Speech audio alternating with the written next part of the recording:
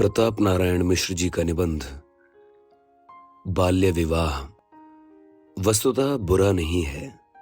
जो लोग कहते हैं कि वर कन्या की इच्छा से होना चाहिए, उन्हें यह भी समझना उचित है कि 25 वर्ष का पुरुष और 16 वर्ष की स्त्री विद्या तथा बुद्धि चाहे जितनी रखती हो, पर सांसारिक अनुभव में पूर्ण दक्षता नहीं प्राप्त कर सकती। वह जगत की गति देखते ही देखते आती है और उन दोनों के माता पिता कैसे ही क्यों न हों, पर अनुभवशीलता से उनसे अधिक ही होते हैं, क्योंकि उन्होंने दुनिया देखी है तथा अपने संतान का सच्चे जी से कल्याण चाहना प्राणी मात्र का स्वभाव है। एवं वैवाहिक बंधन ऐसा है कि जन्म पर्यंत उसका दृढ़ रहना ही श्रेयस्कर है। इन नियमों को दृष्टि में रख के विचार कीजिए तो जान जाइएगा, अपनी संतति के भविष्यत हिताहित का ज्ञान जितना वृद्ध माता पिता को हो सकता है, उतना उसके युवा लड़का लड़की को होना कठिन है। अतः वर कन्या की इच्छा की अपेक्षा उनके जनक जननी की इच्छा श्रेष्ठ है। हाँ, उनके अभाव में दंपति की इच्छा का अनुसरण ठीक हो सकता है। सिद्धांत यह है कि माँ बाप की इच्छा से विवाह होना दूषित नहीं है, बरंच वर कन्या की इच्छा से अधिक ही गौरवमान है। जो लोग ब्याह काज की धूमधाम को बुरा समझते हैं, उन्हें भी समझना चाहिए कि पुत्र जन्म और विवाह के समय मनुष्य मात्र का चित्त उमगता है, उसे रोकने की शक्ति मौखिक उपदेशों को तो है नहीं। हाँ, धीरे धीरे स्वभाव बदलते बदलते जाति स्वभाव न हो जाए तो बात न्यारी है।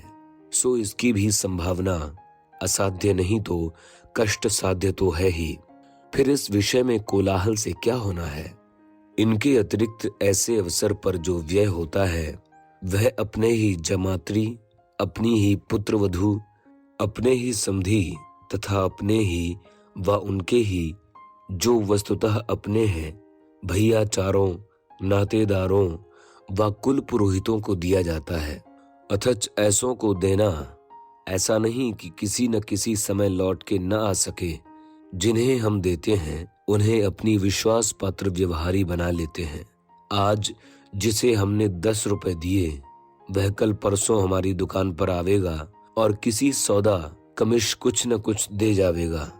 इस रीति से जो कुछ हमने दिया है उससे अधिक फिर पावेंगे। अथवा यह नहीं तो भी जिन्हें हम समय समय पर देते रहते हैं, वह गाढ़े समय पर हमारे काम न आवेंगे। अपने देश जात्यादि वालों के सच्चे हितैषी जैसे बहुत थोड़े होते हैं, वैसे ही ऐसे तुच्छ प्रकृति वाले भी बहुत थोड़े होते हैं, जिन्हें अपने सजातीय स्वदेशीय सहवर्ती की पीर कसक तनिक भी नहीं। फिर बतलाइए तो ब्याह शादी में जी खोलकर खर्च करना क्या बुरा है।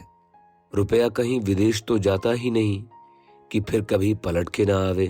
हाँ, सामर्थ्य से बहुत ही बाहर घर फूंक तमाशा देखना अच्छा नहीं है। सो ऐसा कोई समझदार करता भी नहीं है। जिसे सुभीता न होगा अथवा आज एक राह से लुटा के कल दूसरी राह से कमा लेने की आशा न होगी, वह उठाएगा ही क्या। इससे वित्त भर खर्च करना भी कोई पाप नहीं है। अब जिन लोगों के मत में लड़कपन का विवाह बलवीर्य का नाशक है और इसी तरंग में वे शीघ्र बोध कारक श्री काशीनाथ भट्टाचार्य को बुरा भला बका करते हैं, उन्हें देखना चाहिए कि उक्त ग्रंथ उक्त विद्वान की निज कृति नहीं है। उन्होंने संग्रह मात्र किया है और पहले ही कह दिया है कि क्रियते काशीनाथेन शीघ्र बोधाय संग्रह अथच 8 वर्षा भवेद गौरी इत्यादि बाल्य विवाह विषयक कतिपय श्लोक कई एक स्मृतियों के हैं। फिर उनके लिए काशीनाथ को कुछ कहना मारो घुटना फूटे आंख का उदाहरण बनना है।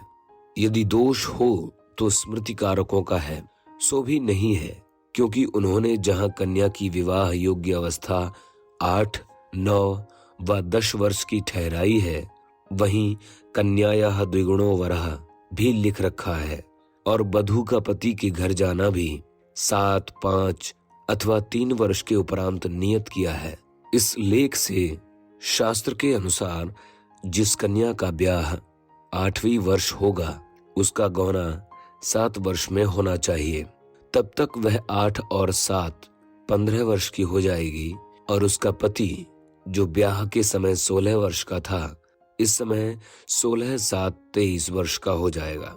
यूं ही 9 वर्ष वाली कन्या 5, 7 वर्ष के उपरांत 14, 16 वर्ष की होगी तथा उसका स्वामी 23, 25 वर्ष का एवं 10 वर्ष वाली 13, 15 व 17 वर्ष की अथच उसका भर्ता 23, 25, 27 वर्ष का हो रहेगा। यदि किसी के माता पिता मोहवशतः गौने का ठीक समय न सह सकें तो वह बहुत ही शीघ्रता के मारे 8 वर्ष की कन्या 16 वर्ष के वर को दान करेंगे और उसे पति के यहाँ तीसरे वर्ष भेजेंगे। तब लड़की की वयस 8 धन 3 बराबर 11 वर्ष की और उसके पति की 16 धन 3 बराबर 19 वर्ष की होगी। उसके लिए रहने की विधि है जो गौने के 1 वर्ष पीछे होता है। तब भी 12 वर्ष की कन्या और 20 वर्ष का वर हो जाएगा तथा यह 12 और 20 एवं उपर्युक्त अवस्थाएं सहवास के लिए व वैद्य के मत से दूषणीय है, न डॉक्टरी सिद्धांत से निंदनीय है, न सरकार की आज्ञा से दंडनीय है। और इस मूल पर यह तो बाल्य विवाह के द्वेषी महाशय भी मानेंगे कि यदि शारीरिक, मानसिक व सामाजिक बाधा उत्पन्न होती है तो छोटी आयु के समागम से होती है, न कि विवाह मात्र से। सो उस स्वल्पायु सहवास की शास्त्र में कहीं आज्ञा ही नहीं है, केवल कन्यादान के लिए अनुशासन है। उससे और सहवास से वर्षों का अंतर पड़ जाता है। फिर बतलाइए, शास्त्रानुमोदित बाल्य विवाह दूषित है अथवा हमारी वैवाहिक रीति से निंदकों की बुद्धि कलुषित है और उन मूर्खों की समझ धिक्कार के योग्य है जो आर्य संतान कहलाकर शास्त्र के आज्ञा पालक बनकर करते अपने मन का है किंतु नाम शास्त्र का बदनाम करते हैं।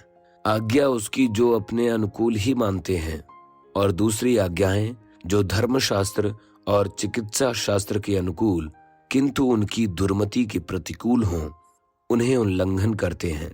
हमारी समझ में बरंच प्रत्येक समझ वाले की समझ में न तो शास्त्र में दोष लगाना चाहिए, न काशीनाथ महोदय को अवान्य शब्द कहने चाहिए।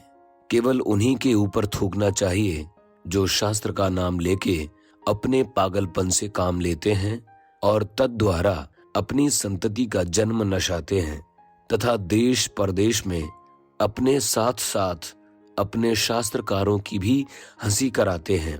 सिद्धांत यह है कि यदि शास्त्र की तद्विषयकीय आज्ञा का ठीक ठीक अनुगमन किया जाए तो बाल्य विवाह में किसी प्रकार का दोष नहीं।